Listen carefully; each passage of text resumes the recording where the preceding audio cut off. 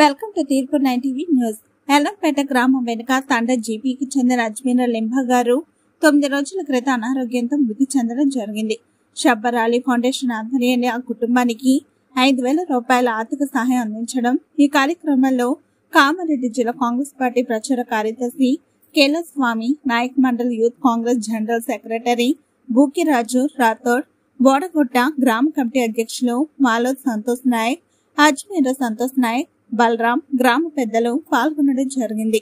వారికి కాంగ్రెస్ పార్టీ ఇచ్చిన హామీలు నెరవేరుస్తామని, కాంగ్రెస్ పార్టీ ఇచ్చిన మాటకు కట్టుబడి పనిచేస్తుందని, ఇంకా రాబో రోజుల్లో 42% బీసీ రిజర్వేషన్ అమలు జరుగుతుందని అన్నారు.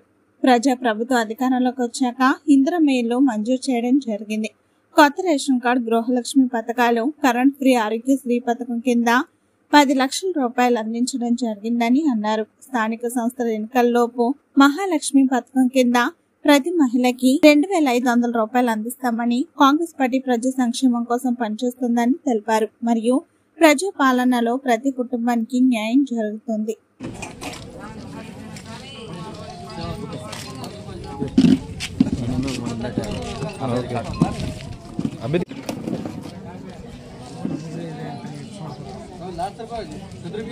तुम लास्ट तक कौन चलो लास्ट तक बोले